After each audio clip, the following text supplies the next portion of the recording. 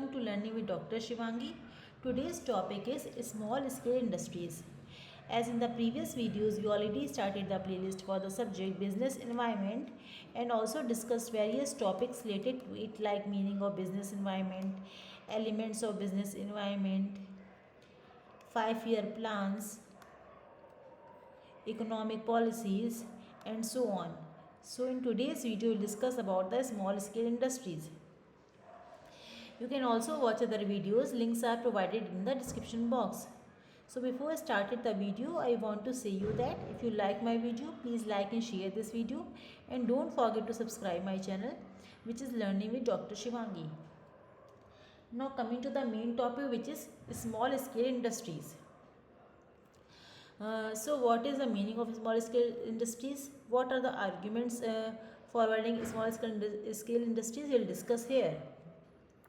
The concept of small scale industries (SSIs) was brought to fore by the Industrial Policy Resolution 1956.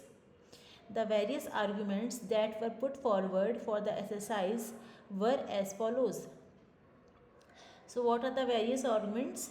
These are more employment per unit of capital. Second is ensure more equitable distribution of wealth. Third is effective mobilization of resources of capital and skill. And the last is regional dispersal of industries. So these are the various arguments put forwarding SSIs. Now we will discuss here each of the points one by one in detail. So first one is the more employment per unit of capital. The emergence of SSI propagated through the principle of self-employment. Small industries are labor intensive and thus create more employment per unit of capital. So SSI is very helpful to create the employment in the country, so it should be motivated. When an SSI have a lower output employment ratio than the large sector, its employment ratio than the large sector, its employment generation capacity has been found to be eight times than that of large sector. It is not only the employment but also the productivity per unit of capital in SSIs which have been found to be higher than the large sector. So employment and productivity both will be better in comparison to large sector in the case of small scale industrial units. The second argument is ensure more equitable distribution of wealth.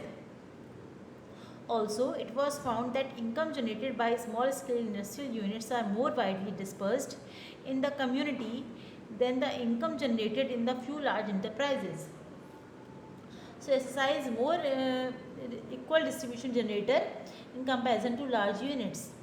The third argument is effective mobilization of resources of capital and skill.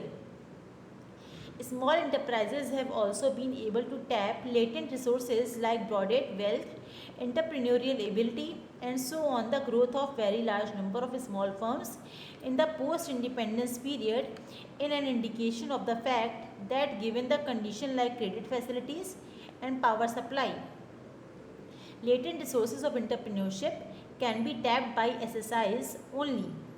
Moreover, the real growth of SSI sector which has exceeded the manufacturing sector over a period of time.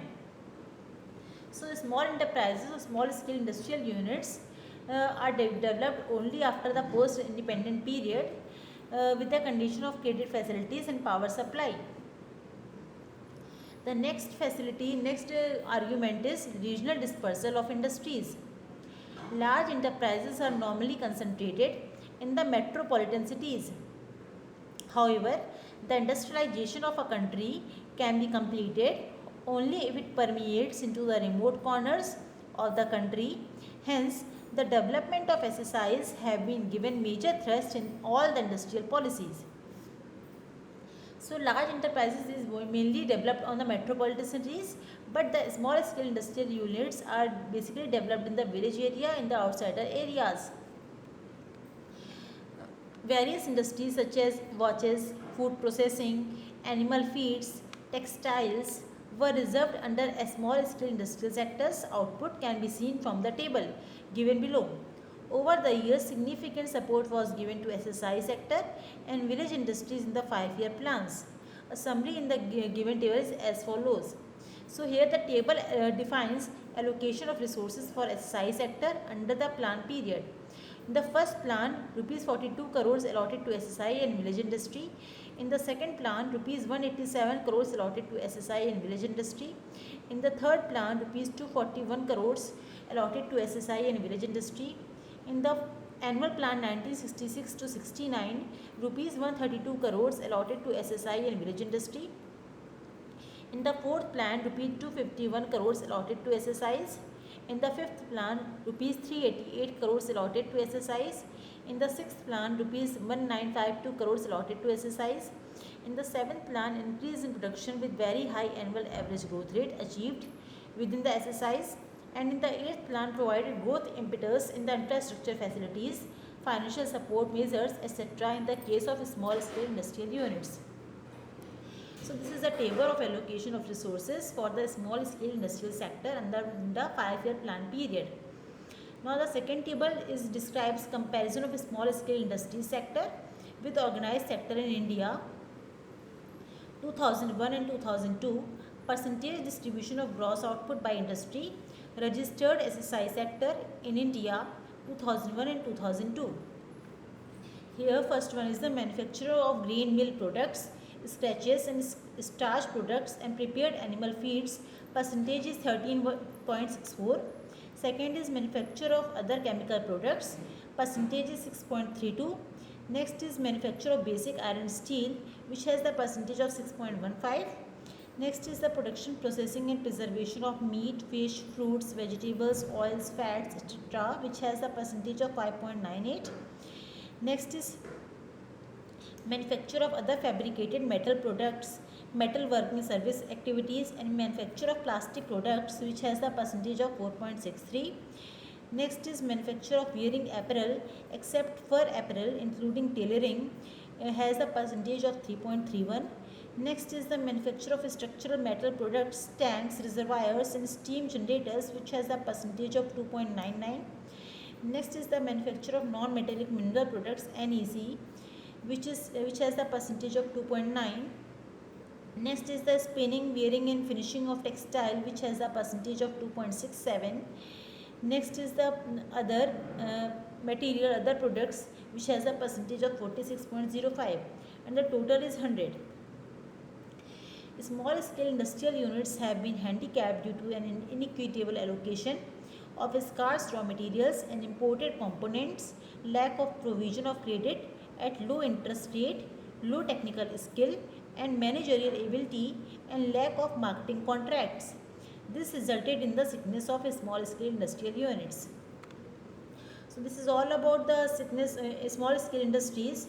I again summarizes all the points so that you can easily understand about the topic. So basically the small scale industries are brought by the Industrial Policy Resolution 1956. There's various arguments supported industrial units like more employment per unit capital, more equitable distribution of wealth, effective mobilization of resources of capital and skill, and the regional dispersal of industries. In the first point, it is more than 8 times employment provided by the small scale sectors in comparison to large sectors. It provides more equal distribution of income among the country. It ensures the mobilization resources in the small areas in comparison to metropolitan cities. And it provides the regional dispersal of industries also. So this is all about the small scale industrial units. If you have any query about this topic, or if you want to know about any other topic related to research methodology, business management, business environment, you can ask me through comment box. If you like my video, please like and share this video. And don't forget to subscribe my channel, which is Learning with Dr. Shivangi. We'll meet in the next video with new topic. Thank you everyone.